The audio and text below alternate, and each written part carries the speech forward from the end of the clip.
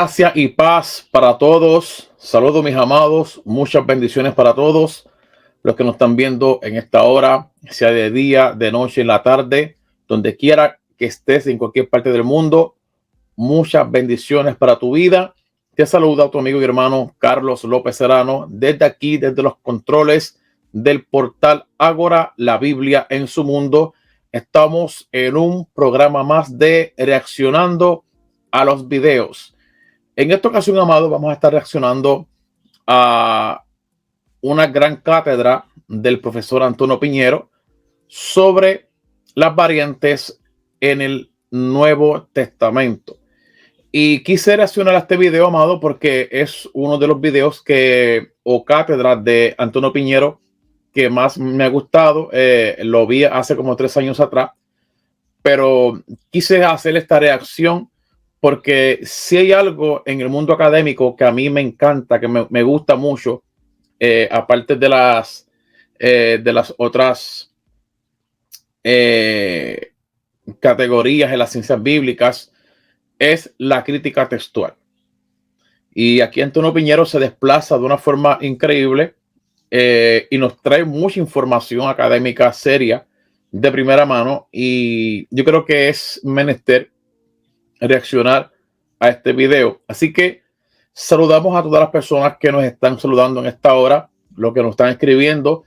Voy directo al video, así que dejen ahí sus comentarios y vamos a ver cómo nos va en esta video reacción. Pero primero, amado, suscríbete al canal. Si no te has suscrito, suscríbete. Es importante que te suscribas porque estaremos reaccionando a muchos videos, amados, que entiendo que valen la pena reaccionar porque son videos de alto contenido académico. Así que saludos a todos los que se están suscribiendo, los que le están dando like al video y las personas que nos están dejando el saludo. Muchas bendiciones a todos los compañeros que siempre nos respaldan y siempre están con nosotros activos. Así que, amados, sin más preámbulo, vamos a esta gran, magnífica conferencia. Si es posible, no voy a hacer mucha interrupción, pero si veo algo que me llama la atención, voy a hacer la introducción, porque para eso es, para reaccionar a lo que se expresa. Y tengo aquí en mi mano esto que está aquí, que ustedes muchos conocen. Este es el Nestle Aland 28, el Nuevo Testamento griego. Y para los que no saben, amado, este Nuevo Testamento griego, esto es un constructo entre muchos manuscritos. O sea, este Nuevo Testamento en griego crítico no es el que Martín Lutero utilizó para traducir su Biblia en alemán, ni tampoco es el Textus Receptus, que está obsoleto. Este es el Nuevo Testamento en griego crítico. ¿Qué es lo que significa? Que no solamente está creado con un solo códice, sino con varios manuscritos que intentan los expertos buscar lo más cercano al original. Y este es el Nuevo Testamento en griego científico. De aquí es que se traducen a las Biblias modernas, que están excelentes. O sea, esto es bien diferente al Textus Receptus. Incluso el Textus Receptus le añade, y este Nuevo Testamento griego le quita todas las interpolaciones que hicieron la Iglesia Católica, añadiéndole cosas en aquellos tiempos. Así que Antonio Piñero va a estar hablando sobre este Nuevo Testamento en griego, y es importante, amado, tenerlo en consideración. Vamos a leer un poco aquí en unas notas que tengo. ¿Qué es la crítica textual? Dice así: se denomina así a una rama de la filología que tiene por cometido regenerar textos de la forma más cercana al original, procurando la eliminación de errores de transcripción que se puede haber infiltrado voluntariamente o involuntariamente a lo largo de los siglos. Eso es el significado de la crítica textual. Así que vamos a este fascinante video que está exquisito. Buenas tardes. ¿Se oye? Sí, sí. Queridas amigas, queridos amigos, como yo soy de aquí, yo he nacido en Chipiona, pero me he criado en Carmona, estoy en mi casa. Y por lo tanto estoy encantado. Así que soy yo el que agradece, y agradece al Ateneo y agradece a Julia que me haya sacado de mi eremitorio, porque ahora estoy como un eremita encerrado, y me haya dado la oportunidad de estar aquí con ustedes. Así que muchas gracias. Bueno, pues vamos a hablar del enigma del Nuevo Testamento en cuanto al texto. Que no hay enigma, sino en la mayoría de los casos que sencillamente la antigüedad no nos ha dado datos para conocer más. Es simple desconocimiento, no es un enigma con datos que ya tenemos y que no sabemos resolver, sino normalmente que no hay datos. Si conocemos bien los datos que nos da la historia, parte de los enigmas del texto del Nuevo Testamento desaparecen. Bueno, pues una vez dicho esto, yo diría que empezamos por lo que más impacto me han preguntado a mí cada vez que se refieren al texto de los Evangelios o del Nuevo Testamento en general, que dicen, bueno, eso se escribió en arameo, ¿verdad? Pues no es verdad. Ni un solo texto, ni uno de las 27 obras del Nuevo Testamento, ni uno está compuesto en arameo. Fíjese la importancia que tiene, porque al mismo tiempo sí decimos que el arameo es la lengua materna de Jesús, sin duda alguna. Pero desgraciadamente tenemos que confesar que de las palabras de Jesús ni una sola se ha conservado en arameo. Bueno, alguna palabra sí, fatá, o Elohí, Elohí, lemmas, o lamma, sabachthani, Dios mío, ¿por qué me has desamparado? Pero son 4 o 5 palabras. Eso era lo que yo iba a decir ahora mismo, pero qué bueno que Antonio ya lo dijo, porque Antonio está diciendo que ni un solo libro del Nuevo Testamento se escribió en arameo. Aunque han salido por ahí varias Biblias peshitas, y salió una reciente que se llama la Biblia Peshita Galilaica, que es del siriaco. Pero es interesante lo que dice Antonio para estas personas también que dicen que el Nuevo Testamento se escribió hasta en hebreo y que condenan el griego. Es increíble que los de las raíces hebreas sigan con esa tontera condenando el griego, que el griego es pagano, que el griego no sirve. No, aquí un experto está diciendo que el Nuevo Testamento es 100% griego con unos elementos en arameo como él los acaba de mencionar. Así que es un dato importante para saber. Continuamos.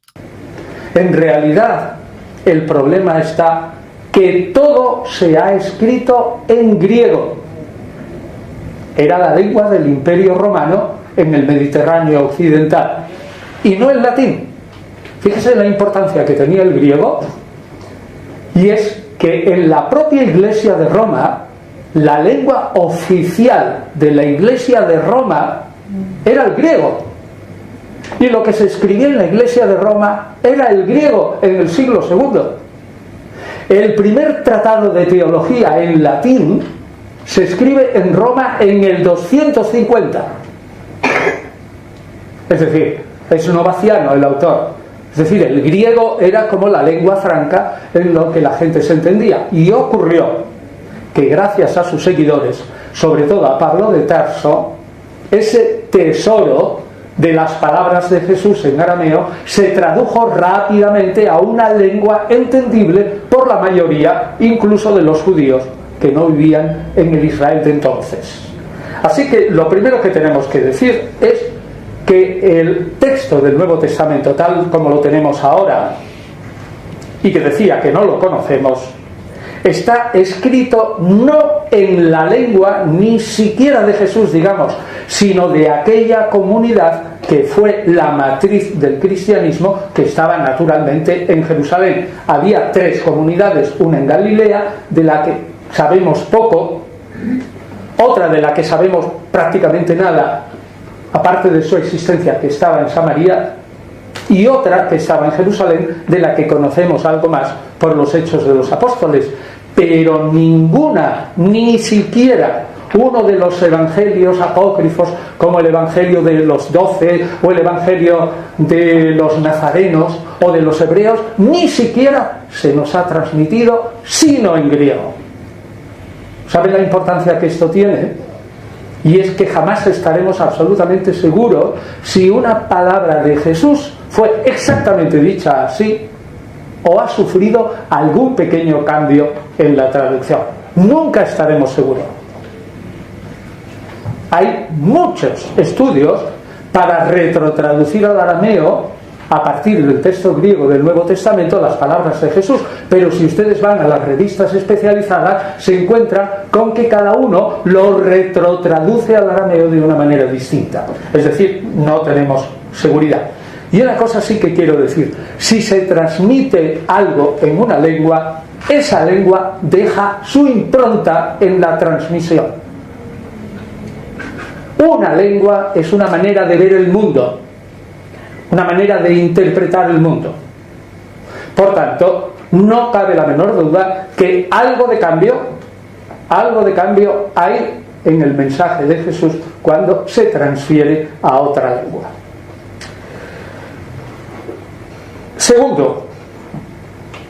Segunda idea importante: no conservamos, y esto también me lo preguntan muchas veces, no conservamos ninguno de los autógrafos, es decir, el escrito original de ninguna obra del Nuevo Testamento.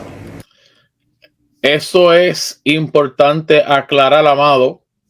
Eso es importante aclarar porque yo estoy cansado que las editoriales, y aquí esto es una crítica para las editoriales, que todavía siguen utilizando esa palabra que ya no se debe usar, diciendo no, que esta Biblia fue traducida con los documentos originales.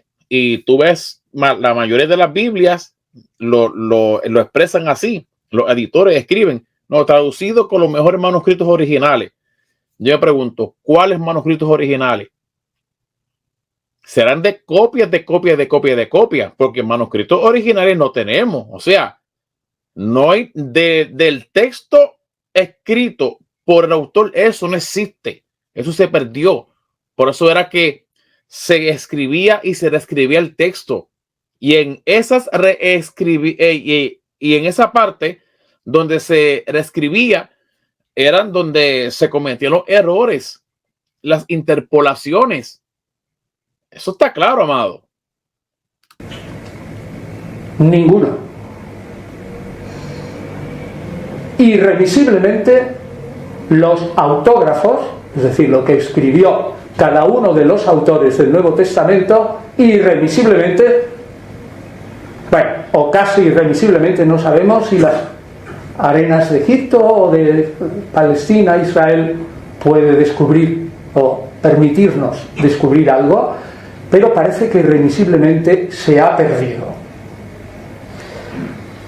Ahora bien, aunque se hayan perdido los autógrafos y no tengamos más que copias de copias de copias, de esas copias hasta hoy nos han llegado aproximadamente 5.100 manuscritos. 5.100. Si ustedes tienen en cuenta, lo diré luego, que de algunos autores de la antigüedad tardía, importantísimos, como Tácito, por ejemplo, tenemos un manuscrito solo, uno, y mutilado, de sus historias. De Teócrito tenemos poquísimos. Todos no más de algunos autores podemos tener 6, 7, 8 o 10, tener 5100 manuscritos, es evidentísimo que la obra es muy importante para la cultura occidental. No hay ninguna que tenga tantos. 5000 manuscritos del Nuevo Testamento, y la mayoría, me imagino yo, conforme a lo que he estudiado, lo más importante son los manuscritos con letra uncial, que son los mayúsculos, no los minúsculos, que son los más bizantinos. Pero aquí el problema es que yo creo que el profesor lo va a explicar más tarde, pero yo les voy a adelantar un poco, que de esos 5000, bueno, en este video, él habla de 5000, este video ya tiene varios añitos, pero posiblemente ahora se han encontrado mucho más, tenemos más de 5000, eso es evidente, pero ponle que en ese tiempo que Antonio está dando esta cátedra, hubieran 5000. Lo interesante es que esos 5000 tenían sus variantes y ninguno cuadraba entre sí.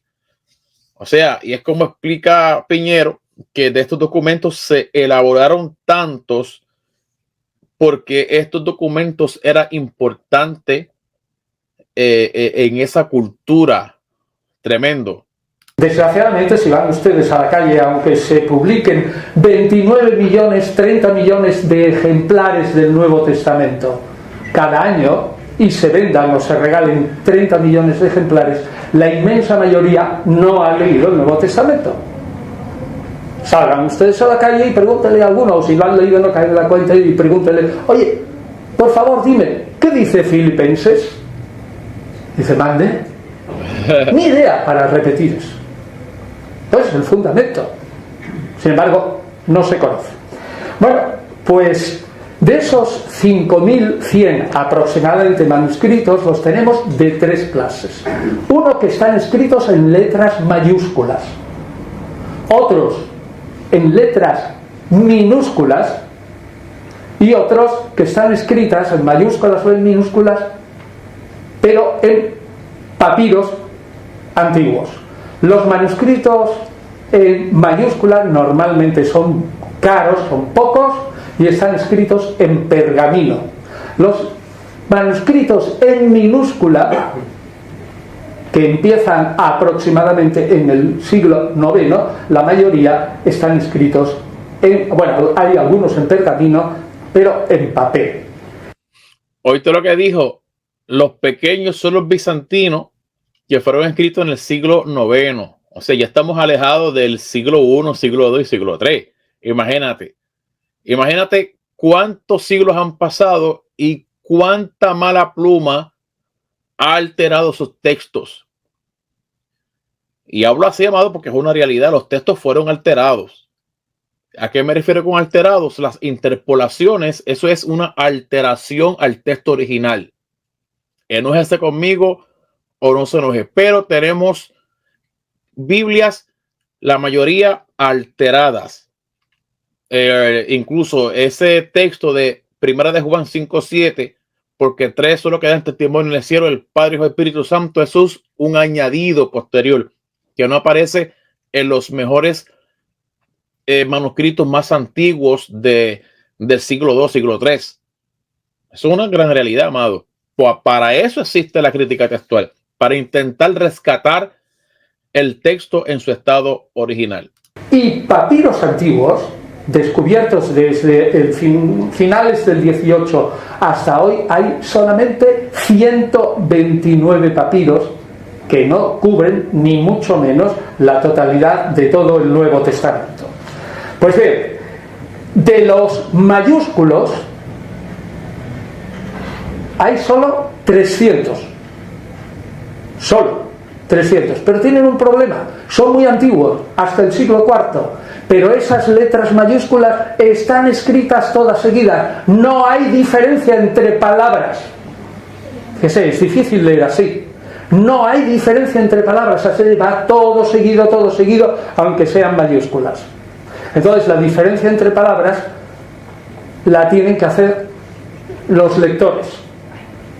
Lo cual, naturalmente, eso dificulta Y luego tampoco hay puntos apartes ni hay parágrafos, hay algunas señales al margen, pero a veces ni entendemos por qué han puesto esas señales.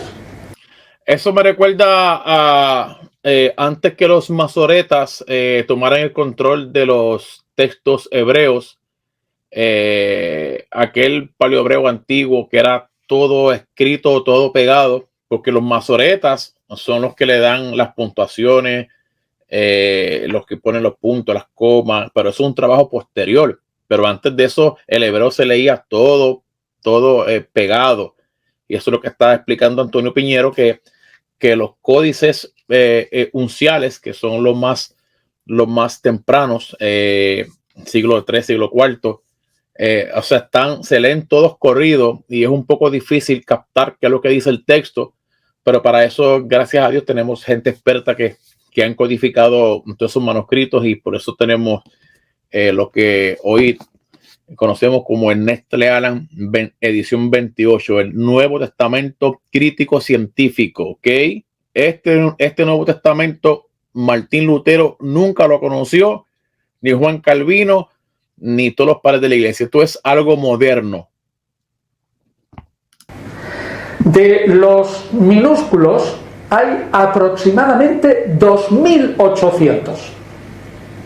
Pero digo, empiezan a copiarse en el siglo IX en adelante.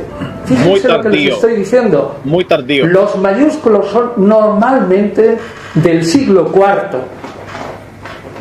Si Jesús muere en el año 30 o 33, no lo sabemos, en el 8 de abril o 7 de abril del 30 o del 33, realmente hasta que tengamos un manuscrito completo en mayúsculas del Nuevo Testamento, que de los 300 solo hay 3 manuscritos. Solo 3 manuscritos de los antiguos tienen el Nuevo Testamento completo. Y pasan, desde que se escribieron, a principios del año 300, 300 y pico, inicio del siglo IV, han pasado 250 años, como poco, desde la muerte de Jesús. Y 240 o 230 no lo sabemos, porque no sabemos cuándo murió Pablo exactamente. Sospechamos que en el 64, desde la muerte de Pablo. Ahora fíjense los manuscritos mayúsculos que son del siglo IX. El hiato que hay entre el siglo IX y el siglo I es monumental. Transmisión tenemos también de leccionarios.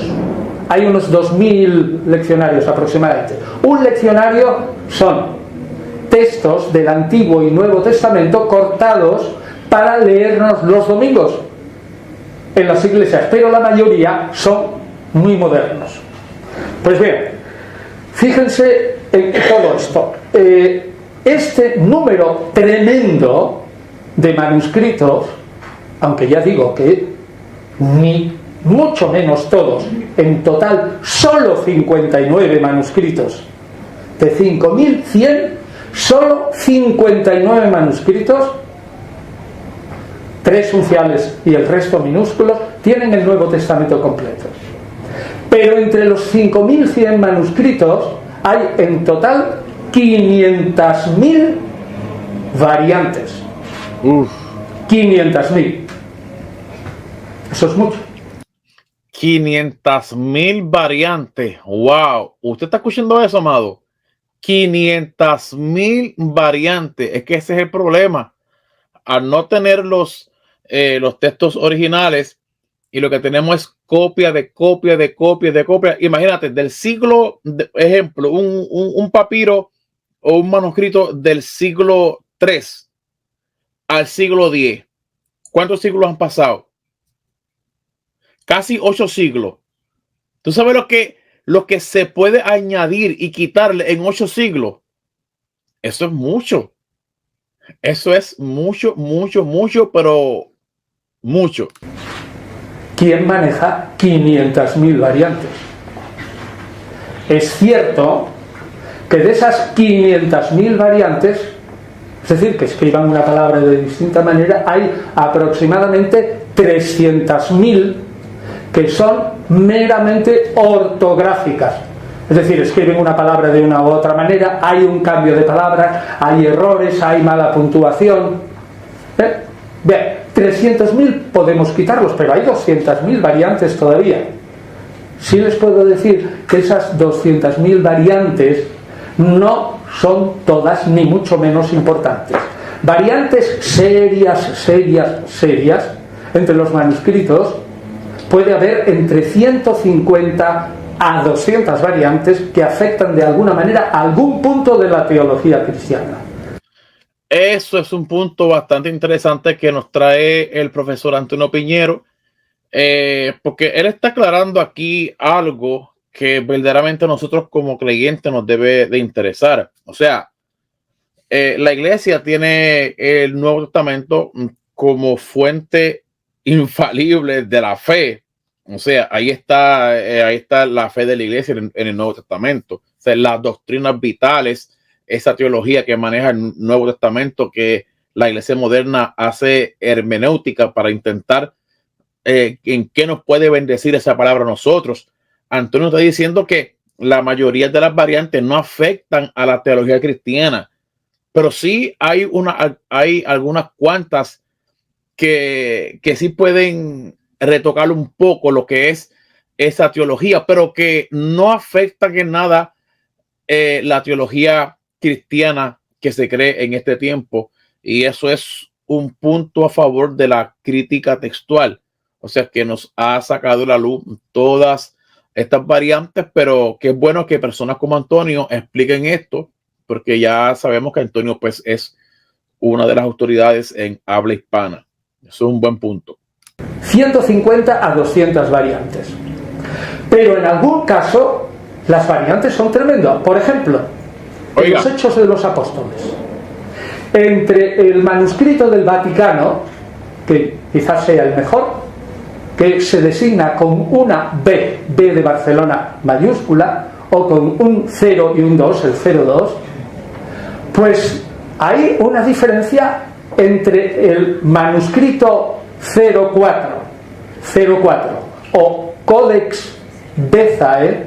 Teodoro Beza es un erudito protestante muy famoso que luego nombraremos, que compró un códice y que ahora está en la Universidad de Cambridge. Hay nada menos que una diferencia del 10% en el texto. Repito, el Códex Vaticano, que es, creemos, el mejor, tiene un texto así de los Hechos de los Apóstoles.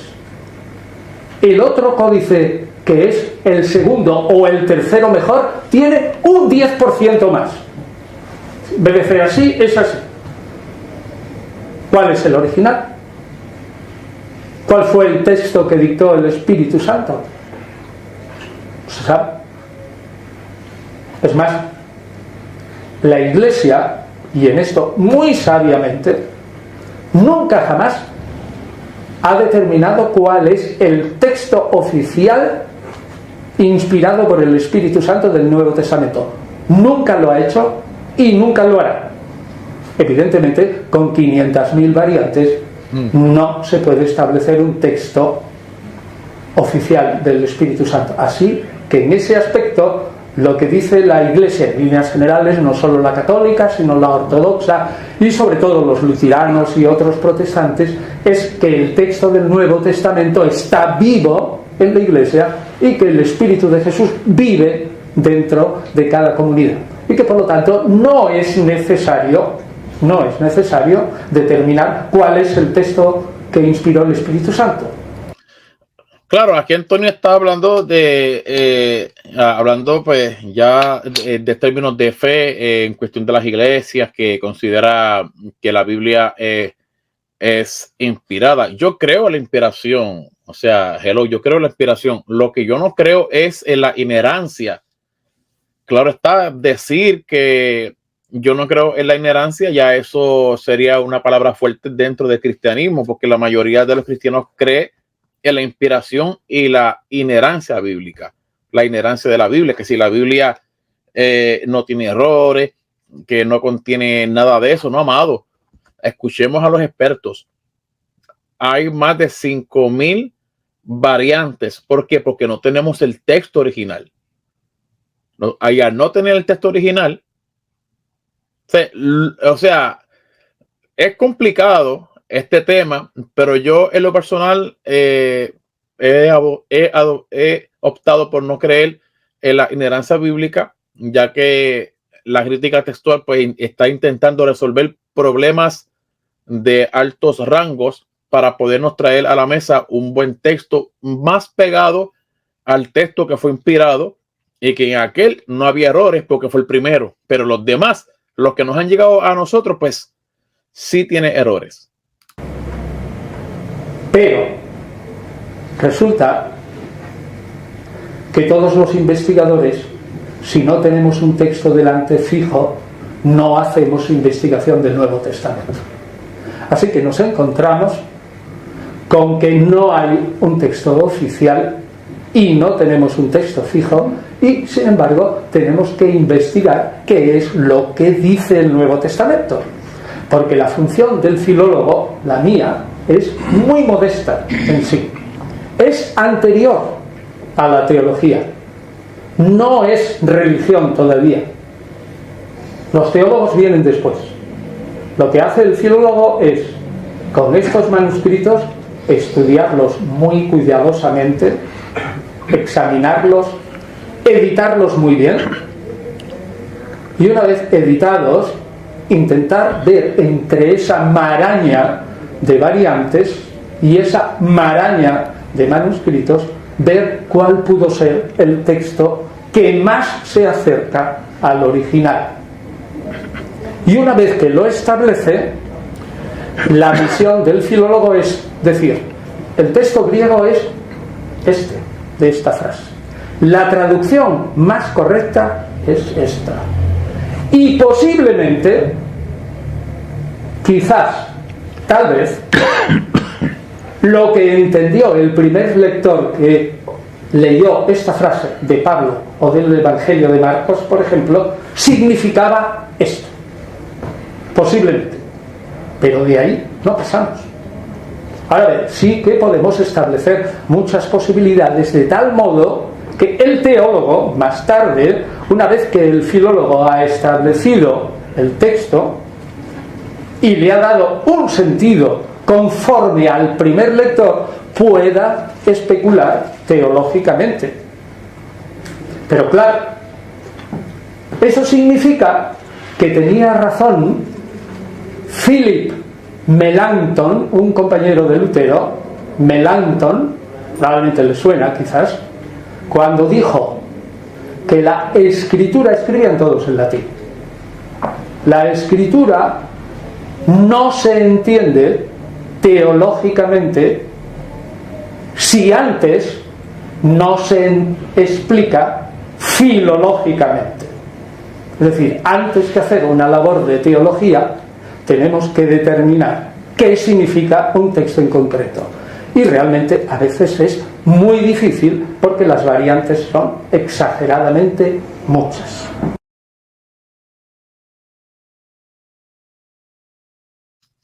Esa es la importancia del filólogo, no el filósofo, porque hay gente que confunde los términos. Es filólogo. O sea, si tenemos buenos filólogos que nos muestren, que nos enseñen, luego de eso se hace teología. Pero primero va la filología para entender el texto, para luego hacer teología. Mire qué interesante, amado. Qué interesante.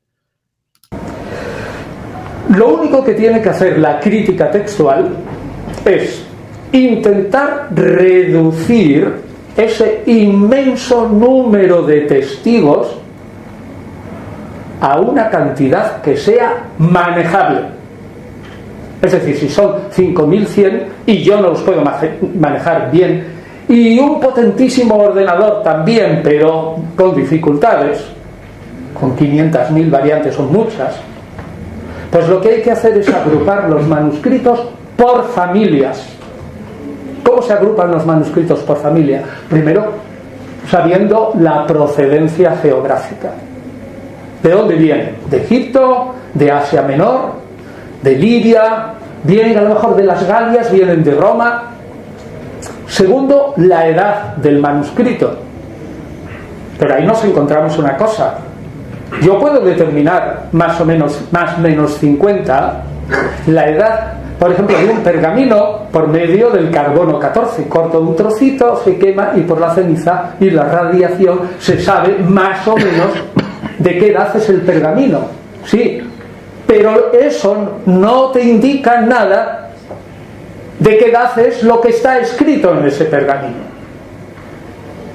La edad es solamente adivinable a través del estudio comparativo de un montón de cosas y haciendo muchas deducciones y carga. Pues bien, una manera, por ejemplo, de formar familias es curiosa, y es encontrar un error que sea gordo, y cuanto más gordo mejor. Si un error en una frase, que se ve evidentemente en una frase en griego, es clarísimo, y hay un montón de manuscritos que repiten el mismo error, es evidente que muchos manuscritos son asimilables a uno solo, con lo cual en vez de considerar 60 o 70 consideramos ya uno. Ya nos hemos quitado 60 del medio. Otra manera con los ordenadores ahora es digitalizar todos los manuscritos.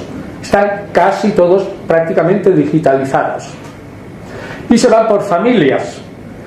Entonces, cuando tenemos una familia, estudiamos cuáles son las lecturas particulares de una familia. Es decir, que cuando, por ejemplo, esa familia transmite el Evangelio de Marcos, al llegar, por ejemplo, al episodio del bautismo, pues uno dice se abrió los cielos, pero otros dicen se rasgó los cielos.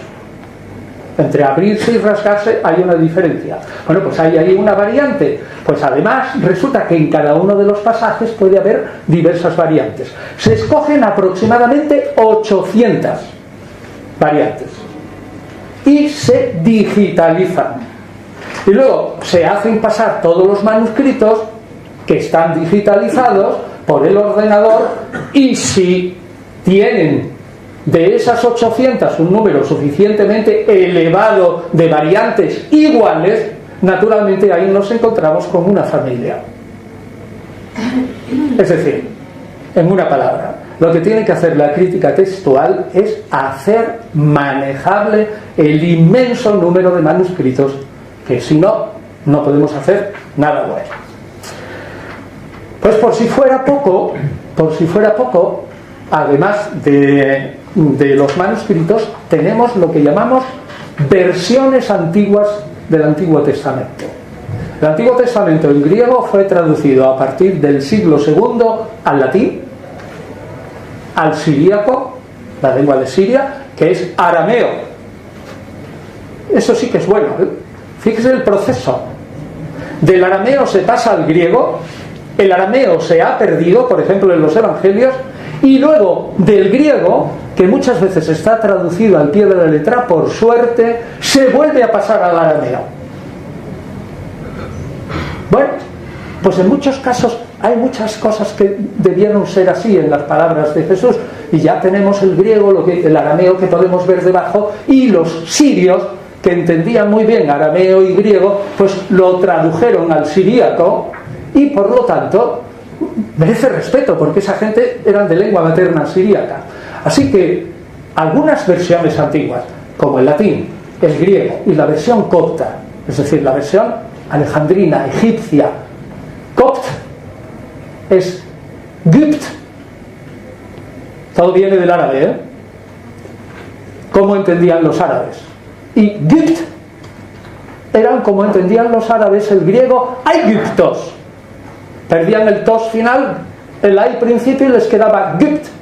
Entonces para ellos, los que hablaban egipcio, los árabes les llamaban Gipt, y de Gipt viene copt, la iglesia copta ahora, que habla el lenguaje de los faraones, solo que ha evolucionado tropecientos siglos. Esa versión también es muy antigua y muy importante. Así que ya tenemos también otro montón de variantes. Y por si fuera poco, como digo, tenemos, por suerte, un montón de citas del Nuevo Testamento a partir del siglo II en los padres de la Iglesia. Pero esas citas son muchas veces de memoria. Por lo tanto, puede valer para dos cosas. Como indicaré ahora mismo, si hay un padre de la Iglesia que escribe a finales del siglo I y tiene algo que nos suena al Evangelio de Mateo, es evidentísimo que aunque yo no pueda determinar a través de esa cita el texto exacto de Mateo, porque a lo mejor el autor de ese escrito del siglo I lo estaba citando de memoria, pero sí veo que probablemente a finales del siglo I ya circulaba por diversos sitios el Evangelio de Mateo. Es muy importante eso. Así que tenemos un montón de citas que no las podemos traer para el estudio del texto definitivo, pero que sí al menos para el sentido. Otra cosa también interesante. Los primeros manuscritos debían ser rollos, casi seguro. Si aceptamos la teoría casi comúnmente aceptada que el Evangelio de Lucas, el tercero, y los Hechos de los Apóstoles son primera y segunda parte de una misma obra, una de las razones por las que en la edición actual del Nuevo Testamento el Evangelio de Lucas va por un lado y los Hechos de los Apóstoles va por otro, es que era una obra demasiado larga y fue copiada en dos rollos. Cabe aclarar que eso que está mencionando Antonio está bastante interesante. O sea, esta línea de pensamiento que está llevando Antonio verdaderamente tiene una mente bien brillante. O sea, que a esa edad que él tiene, recordándose de muchas cosas y hablando de la mente, porque este hombre no está leyendo de nada, este hombre está hablando de la mente. Incluso él ha dicho en varias entrevistas que por ser mayor de edad, pues hay muchas cosas que se le han olvidado. Pero Piñero, cuando era más joven, era bien complicado. Eso que está diciendo, que la obra de Lucas era bastante larga y la tuvieron que recortar, o sea, publicarla en dos partes. Por eso es que en el libro de los Hechos, cuando Lucas le escribe a un hombre ilustre llamado Excelentísimo Teófilo, le dice en el primer tratado, o sea que el primer tratado es el Evangelio de Lucas, el segundo tratado pues es el libro de los Hechos, porque Lucas es el autor por tradición del libro que tiene su nombre, y de los Hechos de los Apóstoles es Lucas, y Lucas era griego, y es bastante interesante. Naturalmente, a ser copiada en dos rollos y tratar de dos cosas distintas. Una, en el Evangelio, lo que el Espíritu hizo en Jesús, y en los Hechos, lo que el Espíritu hizo en sus seguidores, en los seguidores de Jesús, especialmente en Pedro, Juan un poquito, Pedro y Pablo. Pues bien, ni un solo rollo se ha conservado, se han perdido todos. El formato que queda es el formato códex, códice, es decir, como un libro. Un libro, sí, que es una piel o es un papel o una hoja de papiro que luego se corta y se hace el formato pues como un folio y se cose, punto. Así que hemos perdido, probablemente los originales se perdieron porque estaban copiados en rollo y no en códice, y porque en el códice se pueden copiar mucho más que un libro. Y se puede hacer un códice así de gordo. Bueno, total, que en general podemos decir, en resumen, solo tenemos 3 mayúsculos que tengan todo el Nuevo Testamento, 56 minúsculos que tengan todo el Nuevo Testamento. De los Evangelios hay 2.400 manuscritos, pero casi ninguno completo. De los Hechos de los Apóstoles quedan 660. De Pablo de Tarso aproximadamente 800. Y del Apocalipsis, que fue al principio muy importante, quedan solo 300. Pero hay más de 150 manuscritos importantes del Nuevo Testamento que no tienen casi el Nuevo Testamento completo y omiten el Apocalipsis. ¿Saben por qué? Pues porque el Apocalipsis en toda la Iglesia oriental fue muy discutido y unánimemente no entró en la lista sagrada de obras del Nuevo Testamento hasta el siglo X.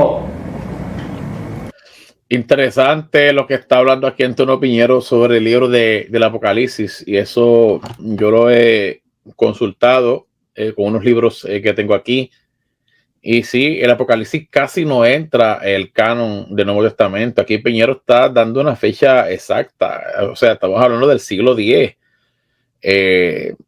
Casi se queda fuera. Ahora, ¿por qué? Porque es un libro con muchas, o sea, ese libro hay que decodificarlo, tiene muchas bestias, muchos códigos ahí envueltos, y además no es el único Apocalipsis. Estamos hablando que tenemos más de 50 o 60 obras apocalípticas, y entre ellos pues entró el de Juan. Y también hay un problema con la variante del 666, pero ese es otro tema. Y en la Iglesia occidental hasta el siglo IV, y con la epístola a los hebreos pasó lo mismo. En Oriente, pero al revés, en Oriente se aceptó pronto como una obra canónica, y sin embargo la epístola a los hebreos en Occidente tardó tiempo en ser aceptado como obra de Pablo. Entonces, claro, el Apocalipsis ha sufrido que solo hay 300 manuscritos del Apocalipsis, y algunos no completos. Bueno, las ediciones modernas del Nuevo Testamento se han hecho a base de coger los manuscritos y estudiarlos, como les dije antes.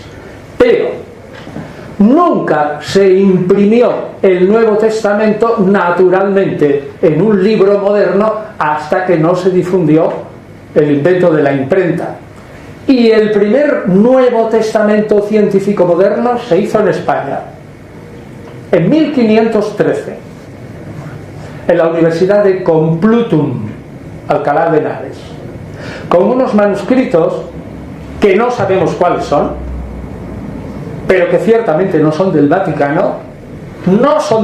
Llegamos a contradecir incluso al proemio de los editores, que dicen que son del Vaticano, pero estamos absolutamente que no son. Se dieron un pote innecesario. Eran manuscritos locales españoles. Y fue el primer texto. Es bellísimo. Y es un texto bueno. ¿Y saben qué ocurrió? Pues que terminado en 1513, en todos los ejemplares había que tener el permiso papal para distribuirlos. Y el permiso papal no llegó hasta 1520, 7 años más tarde. En el entretanto, un tal señor Froben, en Basilea, se enteró que los españoles habían hecho un Nuevo Testamento en griego. Era una bomba, era el primer Nuevo Testamento que se podía difundir a toda la cristiandad, incluso se podía llevar a América. Tomó a Erasmo de Rotterdam, que en aquel momento estaba en Basilea. Estamos en el 1513 después, hasta el 16 todavía no había colgado, si es que lo colgó, Martín Lutero en Württemberg sus 95 tesis en 1521. Pues tomó a Erasmo de Rotterdam y dijo: oye, mira lo que les pasa a los españoles, están esperando por el permiso papal, date prisa y haz un Nuevo Testamento. Erasmo se dio prisa y con los manuscritos que había en Basilea hizo un Nuevo Testamento, lo proveyó con una traducción griega, pero un Nuevo Testamento horrible porque los manuscritos eran malos. Además estaba llena de faltas la edición. Y encima lo grave del asunto es que Erasmo de Rotterdam se encontró con que el manuscrito del Apocalipsis que estaba en Basilea le faltaba la última página. Esto es historia, esto es histórico. Recordemos, amado, que como lo está explicando aquí Antonio, Erasmo de Rotterdam sabía griego. El hombre era un escritor, era filósofo también. El hombre tenía muchas destrezas y era como una competencia. O sea, había que esperar por el Papa para que dijera, darle una señal para que hicieran ese testamento. Y Erasmo agarra los manuscritos peores, los más malos, como está diciendo Antonio Piñero. Pero tú sabes cuál es el problema. que aquí viene lo bueno. El problema es que ese Nuevo Testamento de Erasmo es lo que llamamos el Textus Receptus, que con ese Textus Receptus fue que se hizo la Biblia del oso, la Biblia del cántaro y todas las Reinas Valera. O sea que las Reinas Valera fueron creadas con un manuscrito griego malísimo, malo. Y eso fue lo que nos trajo Erasmo de Rotterdam. Eso fue lo que nos trajo Erasmo a nosotros. Por eso tú ves, amado, que ese Nuevo Testamento de Rotterdam era como un Frankenstein. O sea, le sacó de este códice, de aquí y añadió. Y eso es un gran problema. Estamos hablando de la traducción. Posteriormente viene San Jerónimo con la Vulgata Latina y lo empeora más. ¿Qué problema? Lo empeora. Añadiéndole textos bíblicos que no se sabe ni de dónde rayos los sacó. Por eso es que el Nuevo Testamento tiene un gran problema. Para eso está la crítica textual, para que resuelva el asunto, para que intente resolver el asunto. Sigamos. Es decir, que el final del Apocalipsis no lo tenía, pero él, que lo conocía por otros manuscritos, se lo inventó y lo escribió en griego. Total, en una palabra, que el señor Froben y Erasmo de Rotterdam en 1516 se llevaron la gloria y sacaron en Basilea el primer Nuevo Testamento griego. Y los españoles, fácil, que lo habían hecho 3 años antes. Empezaron a distribuirlo en 1520. El texto complutense es mucho mejor que el erasmiano y no tenía errores. Tontos u obedientes. Aquí Piñero está diciendo que el manuscrito, el Nuevo Testamento, sacado hace 3 años o empezado hace 3 años antes que el de Erasmo de Rotterdam, era el texto complutense, que era mucho mejor y sin errores. Bueno, aunque una aproximación sin errores, pero pues se les adelantaron. Amado, es que en estos medios hay mucha competencia, por eso hay que andar vivo.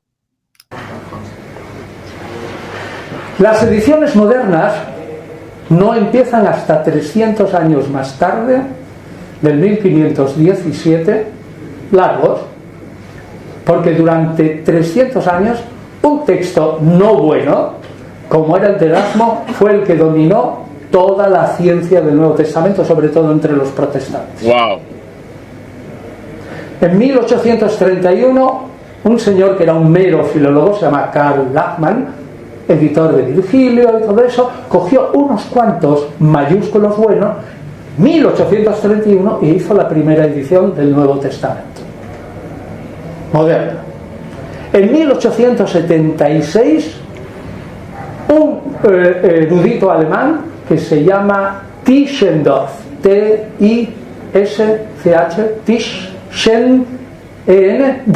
Tischendorf, descubrió en el monasterio de Santa Catalina, en el monte Sinaí, un manuscrito que le llamó el Sinaítico.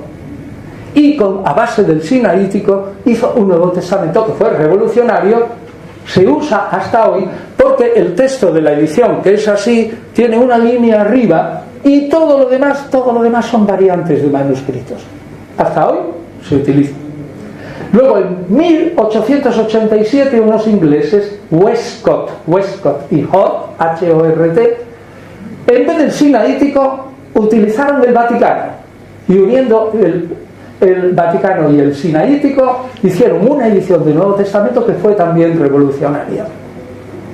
Y un poquito más tarde, en 1930, a un señor que se llama Bernardo Weiss, W-E-I-S-S, Weiss, blanco, se le ocurrió hacer un Nuevo Testamento, sí, claro, fijándose en el sinaítico y el Vaticano, pero sobre todo escogiendo, entre otros manuscritos importantes, aquellas variantes que le parecían que eran mejor según la teología de cada uno de los autores del Nuevo Testamento.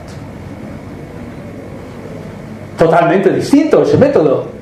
Uno seguía a un manuscrito, otro siguió a dos, y este último dijo, no, bueno, aquí las variantes pueden ser de este o del otro, y además, según me parece a mí, que es el estilo de Marcos o el estilo de Pablo y tal. Y luego, a final del siglo, un señor que se parece, que su nombre es como el de los chocolates Nestlé, pero sin acento, se llamaba Eberhard Nestlé, sin acento, dijo, hombre, me parece que ya es hora. Estamos ya a finales del siglo XIX y a principios del XX. Ya es hora que la gente tenga un texto, digamos, que se pueda llevar en el bolsillo. Estamos en 1900 y pico. Y entonces se le ocurrió hacer un Nuevo Testamento en que se puso delante el texto de Tischendorf, el texto de Westcott, Hort II y el texto de Weiss. Y dijo, donde estén los tres de acuerdo, evidentemente los tres edito eso. Y donde estén en desacuerdo, cojo 2 contra 1. Y si están los tres en desacuerdo, cojo el que mejor me parezca. Y entonces ha hecho una edición cuyo hijo mejoró. Erwin se llamaba el hijo, y a partir de aproximadamente el 1930 y tantos hasta hoy se han hecho 28 ediciones de ese Nuevo Testamento de bolsillo. Y ahora verán lo curioso, 28 ediciones, que es el que utilizamos como si fuera el Nuevo Testamento inspirado por el Espíritu Santo, todos los estudiosos mundiales del Nuevo Testamento, ¿Qué es ya sean independientes, católicos, protestantes, heterodoxos, luteranos, todos utilizamos el mismo. ¿Por qué? Pues porque después de Erwin Nestlé se fundó un instituto, un mecenas fundó un instituto para estudiar el texto del Nuevo Testamento, de tal manera que a lo largo del tiempo el señor Nestlé tuvo que ceder el paso a Nestlé Aland, que era el director del instituto, que había reunido a un montón de gente y que poco a poco ahora está en la Universidad de Münster, tiene un montón de ordenatas y tiene fotografías y microfilms de los 5.100 manuscritos que hay en el mundo.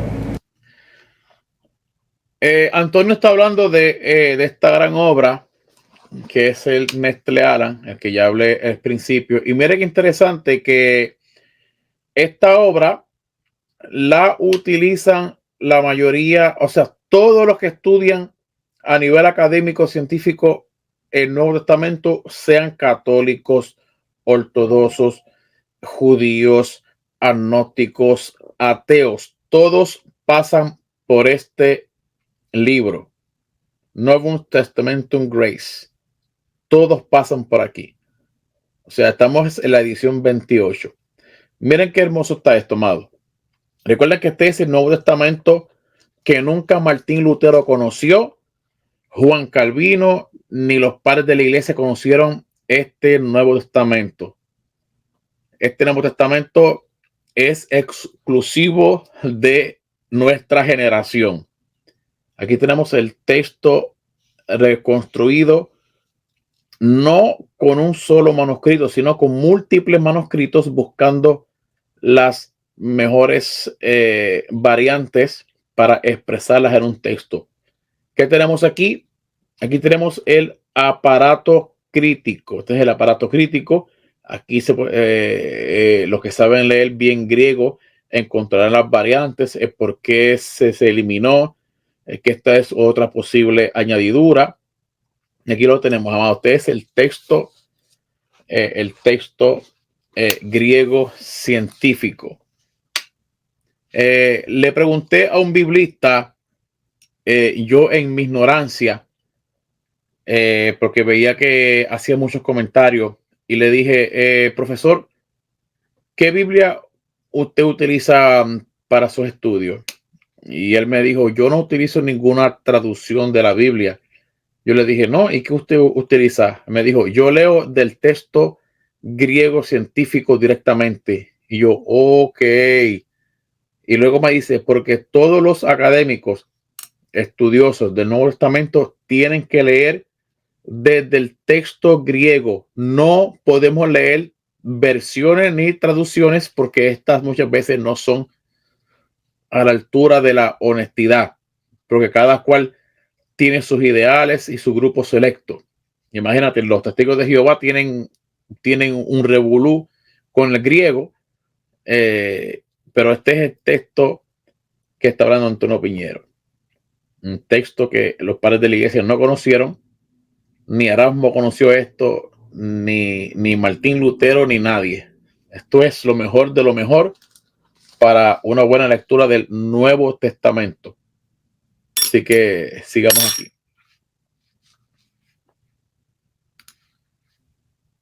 Y un equipo de cerca de 100 personas estudiando el texto del Nuevo Testamento, y ya han sacado de las epístolas el primer texto también así grande que se llama Mayor, que tiene una línea y todo lo demás son variantes.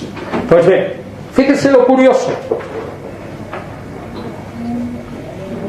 Católicos, protestantes y ortodoxos estamos estudiando, y sobre todo los católicos, el Nuevo Testamento en un texto establecido fundamentalmente por gente luterana o protestantes en general.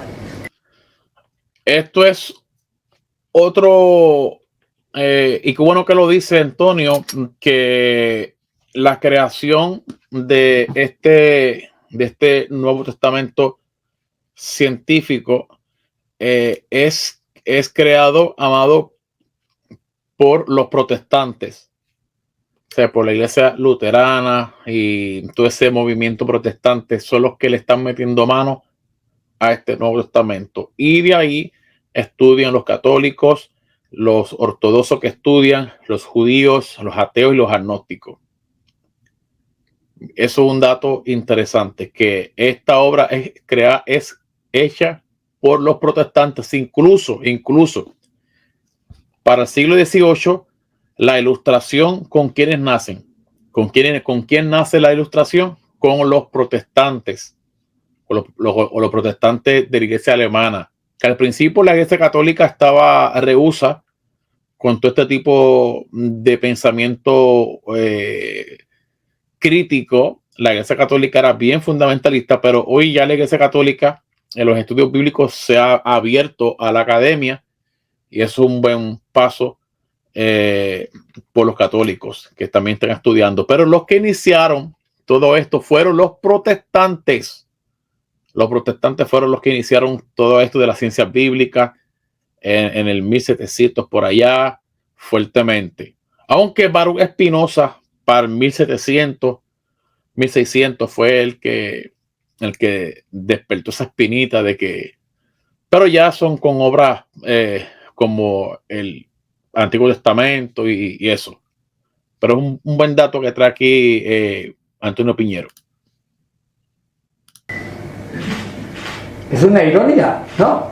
En Cardenal Cisneros y aquí nosotros, más católicos y más papistas que el Papa, todos estudiamos un texto que está producido por un instituto protestante. ¿Cuál es el sistema de estos? Pues es lo mismo. En el fondo es buscar la mejor lectura. Ahora ya, como digo, se manejan con los ordenadores muchos menos manuscritos, pero el sistema sigue siendo igual. A ver, criterios externos. Pues criterios externos es saber cuáles son los manuscritos más antiguos, estos. ¿De dónde vienen? Aquí. ¿Cuáles son los que en líneas generales se demuestra por el estudio de todos que son los mejores? Bueno, pues si hay una variante que está por un criterio externo atestiguada por el mejor número de manuscritos o por el mayor número, o si son pocos, por manuscritos de gran categoría, pues elige ese texto. Criterios internos. Pues los criterios internos es tener en cuenta, vamos a ver, cómo se suelen equivocar los escribas. Pues los escribas cometen muchos errores. Bueno, y los escribimos nosotros.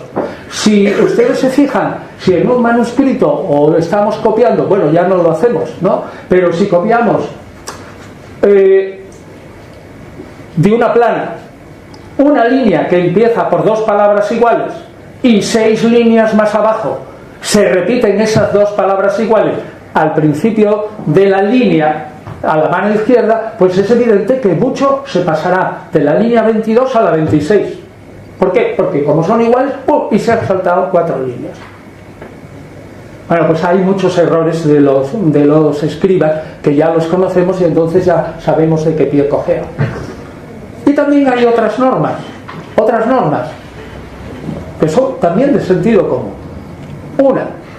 Una es la lectura que sea más pequeña, es decir, si ahí aparece Jesús dijo a sus apóstoles y aparece otra lectura, Jesús dijo a los apóstoles con gran intensidad y con furia o ira, la lectura más pequeña suele ser la original.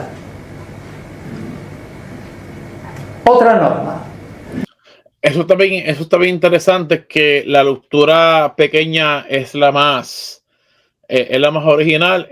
Por eso es que el mundo académico considera que Marcos es el libro más histórico, porque es un evangelio con menos palabras y más pequeño, ya que vemos que hay ciertos sucesos en los evangelios que Marcos escribe, pero que Mateo utiliza la misma historia, pero con añadidura.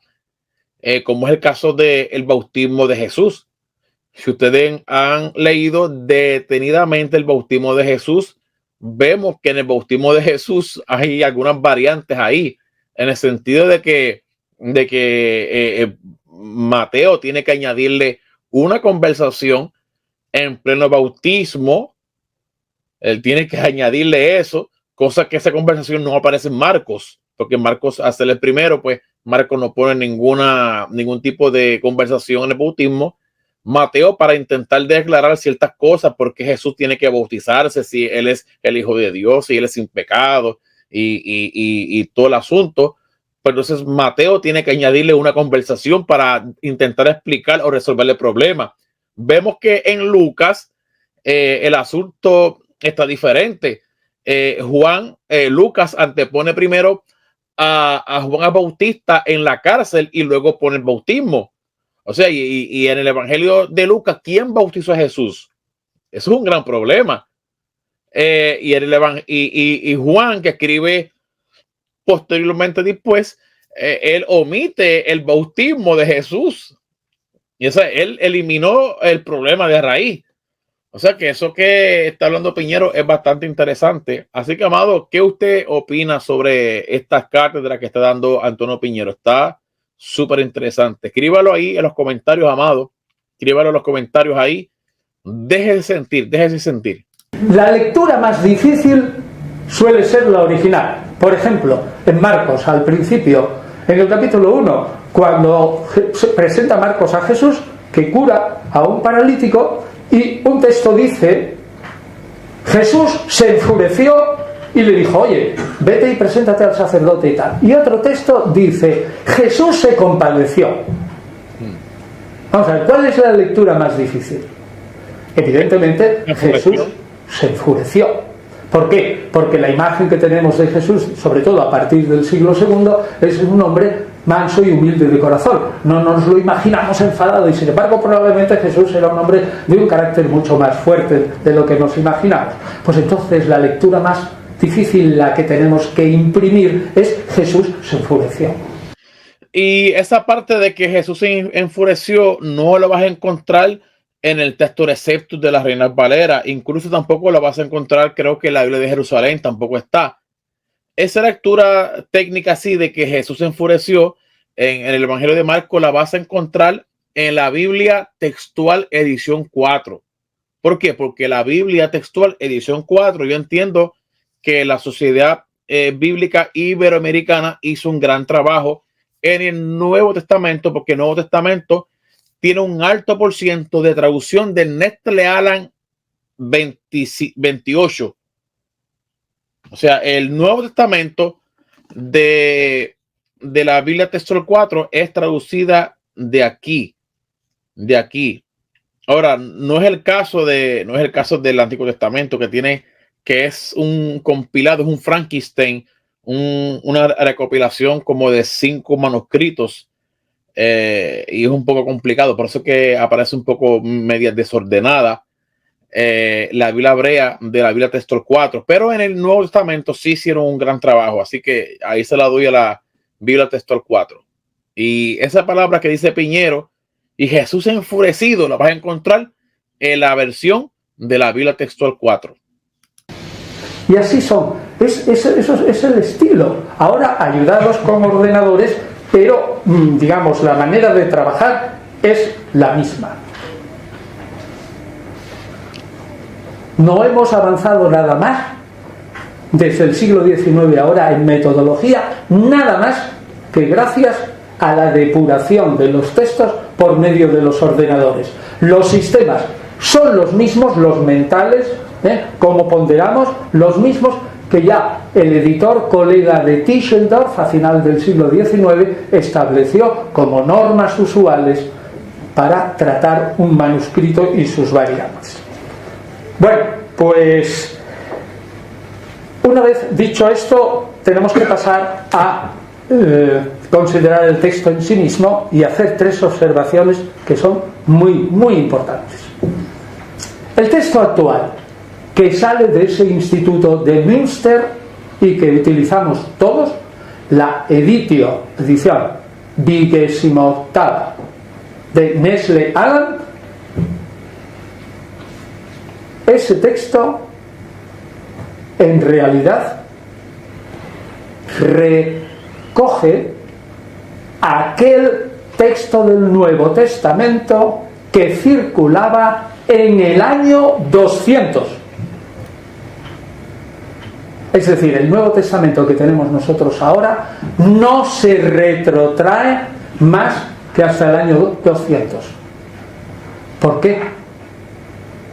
Pues porque los papiros que tenemos, salvo uno, el papiro 52, que es del capítulo 18 del Evangelio de Juan y que tiene 3 versículos pequeños con algunos huequecitos, en líneas generales todos los papiros son del 200 en adelante y son los textos más antiguos. Los más antiguos son los papiros encontrados en Egipto, luego vienen los unciales mayúsculos y luego vienen los minúsculos. Pues es evidente que nosotros no tenemos más que citas anteriores, ya les dije antes. Primera Clemente del 96 probablemente está citando a Mateo. La doctrina de los 12 apóstoles, la Didache, que es del 150, está citando a Mateo y alguno más. Pero bueno, nos sirve para unas cuantas frases. Ignacio de Antioquía, que muere en el 119 como tope, pero cuyas cartas están manipuladas por los escribas antiguos y que probablemente algunas cartas son falsas y otras son en torno al 140 o 150. Se sabe de memoria 1 Corintios, pero podemos reconstruir a lo mejor una parte de 1 Corintios con Ignacio de Antioquía. ¿Y el resto del Nuevo Testamento qué? En una palabra, el Nuevo Testamento que tenemos ahora, primera observación, es del año 200. Me dirá alguno, oiga, es que usted está enseñando por ahí que la primera obra que se escribió del Nuevo Testamento es Primera Tesalonicenses y esa se escribió en el año 51, seguro. Pues sí. Entonces, entre el año 51 que escribió Pablo esa carta y el año 200, esos 150 años, ¿cómo los construye usted? A ver, ¿qué garantía me da usted? Pues decimos, garantía, ninguna. Solo, pues podemos decir que existen citas de autores que son anteriores al 200, ya nombrado Clemente, primera epístola de Clemente, bueno, aunque el autor no sepamos quién es, pero probablemente es del 96 o 98. Hemos nombrado la doctrina de los 12 apóstoles, hemos nombrado las cartas de Ignacio de Antioquía, podemos añadir lo que reconstruimos del heresiarca del hereje Marción, que es del 140, tenemos textos de Justino Mártir, que habla cita trozos que luego serán el Nuevo Testamento del 150, en el año 170 Ireneo está ya citando casi todo el Nuevo Testamento y es igual que el del año 200, es decir, al mismo tiempo que yo digo, no sé, no puedo construir un puente que vaya del 200 hacia atrás al 51, al mismo tiempo les puedo garantizar, como conocedor de la materia y de los estudios, que probabilísimamente el texto no ha sido alterado demasiado. No ha sido alterado demasiado, al menos en cuanto al sentido. Sí sabemos, sin duda alguna, que a principios del siglo II se manipularon los textos para acomodarlos al griego de la época y se rearreglaron las cartas de Pablo, pero ese rearreglo fue a base de corta y pega. De unas 20 cartas, 13, 14, 15, tampoco lo sabemos, algunas se han perdido, pongamos 15, 16 cartas de Pablo, o 13, es igual. Un editor hizo 7, cortó, pegó, dejó algunas cosas e hizo 7 cartas. 7 es el número de la perfección. Pero cortó y pegó. Por las citas de Ignacio no tocó el texto. Es decir, podemos estar seguros de que el texto del año 200 en un 90% al menos refleja aquello que debió de salir de la mano de los autógrafos. Es una cierta tranquilidad. Si no, iba a parecer que yo iba a poner digamos, un panorama negrísimo. Pero, aunque no pueda demostrarlo, tenemos esa seguridad. Ahora, segunda observación. Esta es más seria. El texto que estamos manejando científicamente del Nuevo Testamento, esta edición 28 de Nestle Adam. Oiga bien eso. Ese texto no está en ningún manuscrito. Óiganlo bien. No está en ningún manuscrito. Es decir, es un texto reconstruido. Con ayuda de los ordenadores y bla bla bla, sí. Pero es un texto ideal. Lo que nosotros creemos que fue lo más primitivo. Pero si cogemos hasta el mejor manuscrito, o el sinaítico, el vaticano, o el alejandrino, o el Ephraemi Rescriptus, es decir, el palimpsesto de San Efrén, que tiene el Nuevo Testamento por debajo, no coincide con el texto que nosotros estamos estudiando científicamente del Nuevo Testamento. Esto es serio. Es un texto puramente reconstruido científicamente y no está, repito, en ninguna parte. Interesante. Tercera observación. Nosotros tenemos 5.100 manuscritos, cierto, pero antiguos del siglo IV y por ahí muy pocos. Sabemos que con la persecución de Decio 250, que fue la primera gran persecución anticristiana, Antes hubo muy pocos mártires. Y sobre todo con Diocleciano, hasta el 303, del 280 hasta el 303, sobre todo con Diocleciano, fue el único que cayó en la cuenta. La manera de acabar con los cristianos es no matando a los jefes, como habían hecho antes, ni cargándonos a los cristianos, tampoco. Como hicieron los nazis con los libros de los judíos, eso hizo Diocleciano. Busquemos todas las obras de los cristianos y hagamos piras en la calle. Y Diocleciano se liquidó un montón de esas. Ha habido muchas guerras, muchas bibliotecas incendiadas. Se han perdido un montón de manuscritos. Es decir, nosotros conservamos antiguos, unos cuantos, 59 manuscritos, debidos al azar de la guerra, los incendios, persecuciones y bla bla bla. ¿Qué Nuevo Testamento habríamos hecho si el azar de la guerra, los incendios y las persecuciones hubiera sido otro? A lo mejor habría salido un Nuevo Testamento distinto. Así que tengan en cuenta que la ciencia nos lleva a una posición relativamente escéptica, aquí entre las dos aguas. Así que observen siempre eso. Hemos reconstruido un texto que es del 200, es un texto ideal, no existe ninguna copia tal cual. Y tercero, es un texto que se debe al azar. Muy bien. Y ahora, ¿quién hizo ese texto? Son las 8. ¿Sigo un poco más? Yo no tengo prisa, ¿eh? Pero si pierden la cerveza, ustedes... Bueno, ¿quién hizo ese texto? Mire, eso, para responder esa pregunta, que la Iglesia no dejó absolutamente ningún testimonio, necesitaríamos un par de horas. Yo lo tengo escrito por ahí, por ejemplo, en los libros sagrados de las grandes religiones. Ahí está la historia, pero lo resumo en 2 palabras.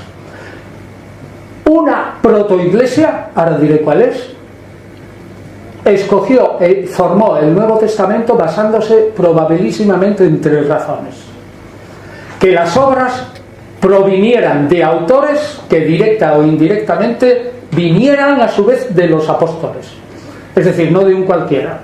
Se puede admitir de Marcos el Evangelio, pues porque la tradición decía que Marcos era discípulo de Pedro. Se puede admitir el Evangelio de Lucas porque la tradición decía que es compañero, bueno, lo dicen los Hechos de los Apóstoles, y médico de Pablo.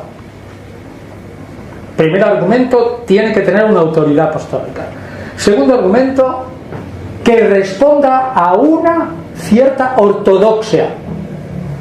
En ese momento no había ninguna Real Academia Teológica, pero había bastante comunicación. Estamos hablando del Mediterráneo, y el Mediterráneo desde abril hasta octubre, septiembre, que estaba abierto, se comunicaban continuamente. Con buen viento de Alejandría a Roma, un buen barco podía tardar 10 o 12 días.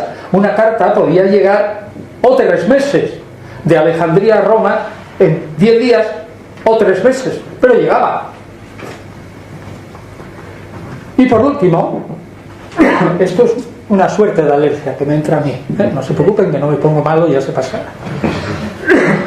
Otro, que todas las iglesias de ese Mediterráneo, desde Hispania, la Galia, el norte de África, que hablaban todos latín, hasta la invasión árabe, bla bla bla, el griego desde Libia y Asia Menor, que todas las iglesias más o menos coincidieran en que ese evangelio o esa carta de Pablo se leía los domingos en los oficios litúrgicos en la iglesia. Es decir, 3 argumentos, repito: autoridad apostólica directa o indirecta; segundo, que responda a una cierta ortodoxia; y tercero, que se lea los domingos. Y así, por un acto, y aquí viene una cosa que quiero recalcar, por un acto de política eclesiástica, que puede durar cierto tiempo, o varios actos de política eclesiástica, unas iglesias importantes en el Mediterráneo oriental eligen los textos del Nuevo Testamento entre el año 150 y 170 sin que hayan dejado ni un solo documento de esos actos. Pero el fruto está ahí. Y que es un acto de política eclesiástica, y esto sí que tengo que leerlo, es que el Nuevo Testamento actual está regido por unas reglas numerológicas absolutamente estrictas. Repito, reglas numerológicas estrictas. Tiene una estructura numerológica que no es casual. Fíjese. Está regido por el 4, lo sabemos también por el Apocalipsis, que significa lo cósmico, y por el 7, que significa la plenitud. Hay 4 evangelios de los más o menos 30 que calculamos había en torno al 170, más o menos 30.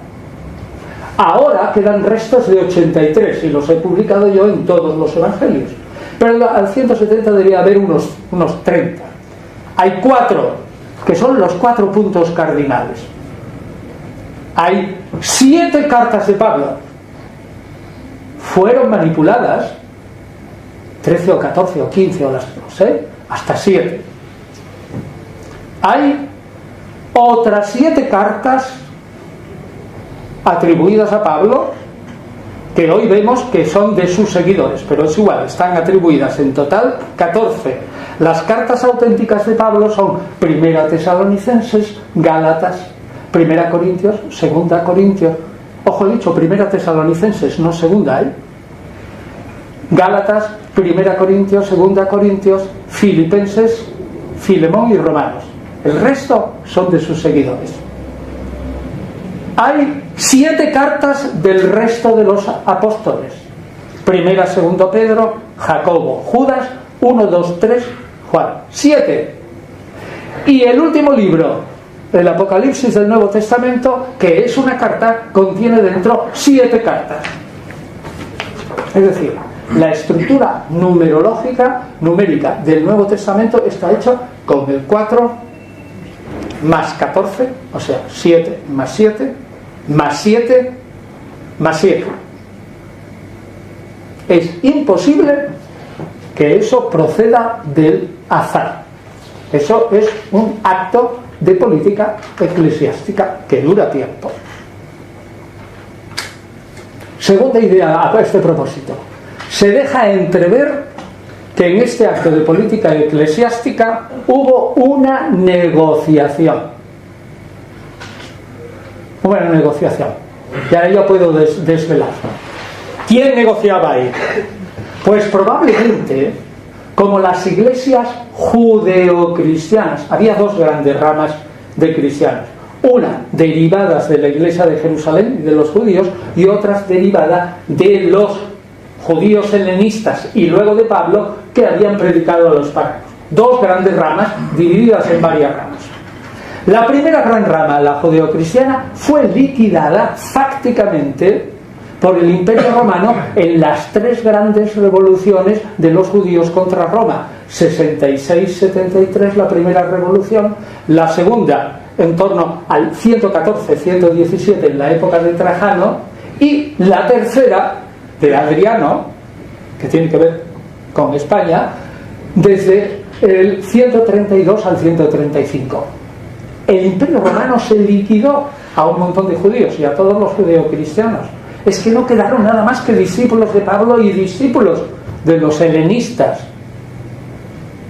Tan fuerte fue la acción de Adriano contra los judíos que, arrasada Jerusalén definitivamente en el 135, no ha habido Estado israelita hasta 1948.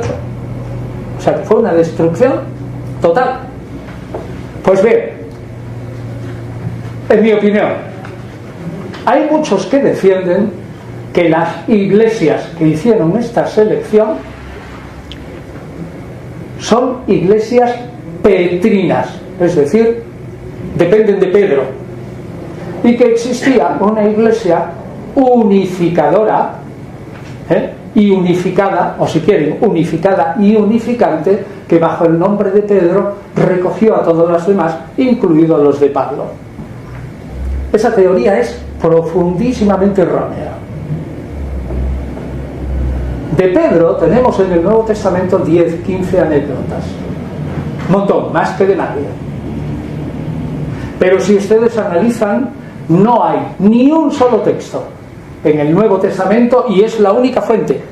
Lo digo, ni un solo texto en el Nuevo Testamento en el que Pedro demuestre una teología específica que no sea compartida con Santiago, el hermano del Señor, de la rama más, o con Juan, el hermano del Zebedeo, de Santiago, hijo del Zebedeo. Es decir, es puramente judeocristiana. Y se pelearon Pedro y Pablo. Es decir, tenían dos teologías distintas. No existe ni un solo texto en el Nuevo Testamento que fundamente la existencia de una iglesia petrina. Entonces, ¿qué es lo que quedaban? Naturalmente, iglesias más o menos formadas, no ya por judíos, que también había, pero por judíos helenizados y sobre todo por discípulos de Pablo. Eso que está diciendo Antonio Piñero es una gran realidad.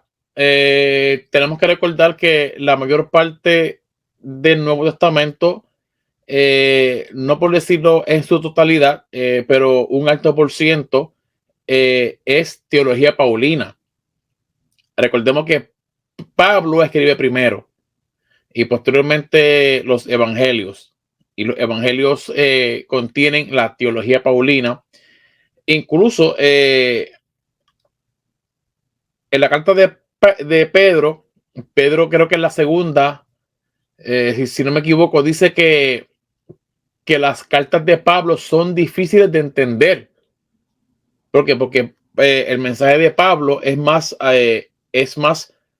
a los despatriados, o sea, a los judíos fuera de lo que es Israel, a los judíos de la diáspora.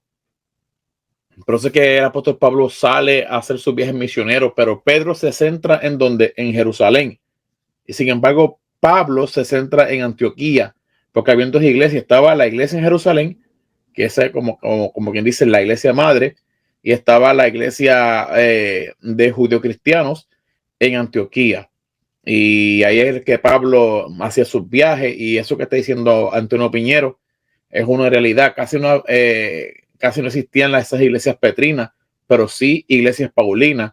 Incluso el Nuevo Testamento pues maneja la teología paulina, por decirlo de esa manera. Y si ahora ustedes estudian el Nuevo Testamento, verán que hay un desequilibrio increíble en favor del cristianismo paulino. Es decir, no puede ser petrino. Se lo voy a leer. Mire, hay 14 cartas atribuidas a Pablo. Tengan en cuenta que son 27 escritos. 14 atribuidas a Pablo. 4 evangelios, que los cuatro, incluido el evangelio místico de Juan, son discípulos de la teología de Pablo en lo fundamental. Sí, señor. No hay ninguno. De los otros 30, ni uno. Hay 2 cartas de Pedro que toda la investigación dice que son paulinas, de teología paulina. La carta de Judas, pequeñita, pero que dicen que es el testimonio de un cristianismo judeo-cristiano, la carta de Judas, si ustedes lo analizan, a los herejes que critica, los toma de 1 Corintios. Es decir, coge a los herejes de 1 Corintios y los dibuja con otros colores. Mateo y el Apocalipsis, aunque son escritos judeocristianos, tienen una idea de Jesús que es totalmente paulina en su muerte y en su resurrección.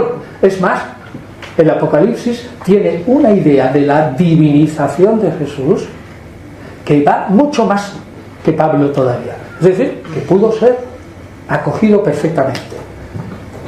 En mi opinión, como no hay una iglesia petrina unificada y unificante, el texto del Nuevo Testamento fue hecho, en líneas generales, por comunidades paulinas o semipaulinas.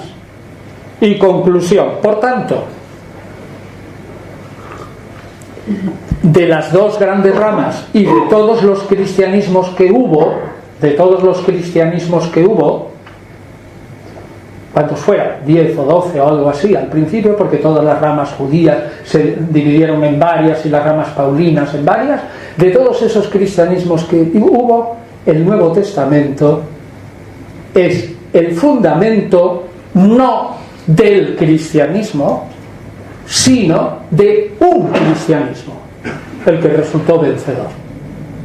Y ese cristianismo es paulino, como se demuestra la numerología y el desequilibrio tremendo que de 27 obras hay atribuidas o que son de espíritu paulino, por lo menos 24.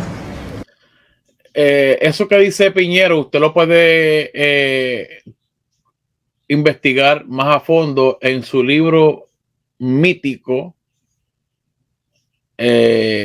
Los cristianismos derrotados, que ese fue el primer libro de Antonio Piñero que yo me compré hace 2 años atrás o 3 años atrás, y lo leí en su totalidad. Me gustó muchísimo. Incluso me gustó la parte donde habla de Pelagio. Bastante interesante ese libro de Los cristianismos derrotados por Antonio Piñero. Así que lo recomiendo 100%. El doctor Piñero ha escrito demasiado de libros buenísimos. Así que hay que echarle mano a los escritos de Piñero. Por lo menos 24. Bueno, ¿y qué ha hecho el Nuevo Testamento con la Biblia hebrea, que la cita muchísimas veces? Pues lo que ha hecho el Nuevo Testamento con la Biblia hebrea es, también muy de Pablo, es caer en la cuenta que la salvación viene de los judíos, que Jesús es judío, y que una iglesia formada sobre todo por paganos nunca tendría consistencia ni fundamento si no se unía de alguna manera a la iglesia primitiva de Jerusalén y a lo que era su Biblia al principio, que es la Biblia hebrea. De tal manera que los paulinos canonizaron toda la Biblia hebrea junto con sus escritos. Ahora bien, ya desde el principio pasa como ahora. A la Biblia hebrea la tenemos como canónica, lo tenemos ahí, pero ¿quién le hace caso a la ley de Moisés? Nadie.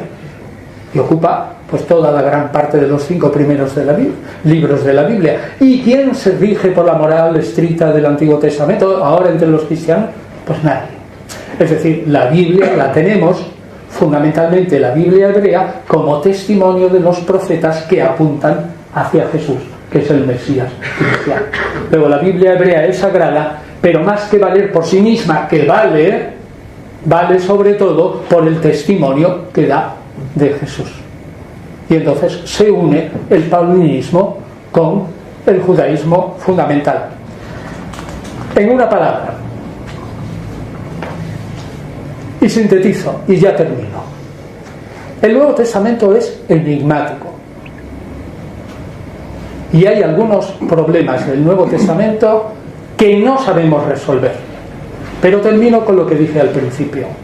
Es enigmático no porque tengamos datos que no entendemos, sino porque carecemos de datos. Pero podemos tener el consuelo que este Nuevo Testamento, aunque sea paulino, fundamentalmente paulino, es la interpretación de Jesús que más podía venderse de alguna manera a todas las naciones que poblaban el Imperio Romano. No se podía vender a las naciones que poblaran el Imperio Romano un Mesías estrictamente judío. Por eso el Nuevo Testamento desjudaiza un poco a Jesús, cambia su concepto del reino, hace de un Mesías judío un Salvador universal, y podemos estar seguros, digamos, que es una religión más comprensiva que si hubiéramos seguido la rama estricta judeocristiana de Santiago, Pedro y Juan. Mucho mejor. Y lo último, no desmoralicémonos a pesar de que no podemos salvar el hiato que existe entre el año 200, texto actual, y el 50, porque podemos tener la seguridad de que a pesar del azar y todo eso, que lo más probable es, por las citas que también se han conservado, tengamos un texto que se parece suficientemente al que salió de la mano de los autógrafos. Muchas gracias.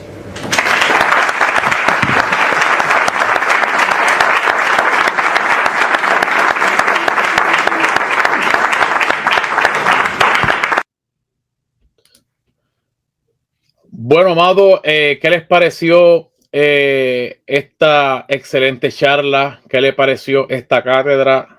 A mí me pareció fenomenal. Ya hice mis apuntes porque hacía tiempo que no la escuchaba y necesitaba refrescar ciertos elementos de esta gran cátedra.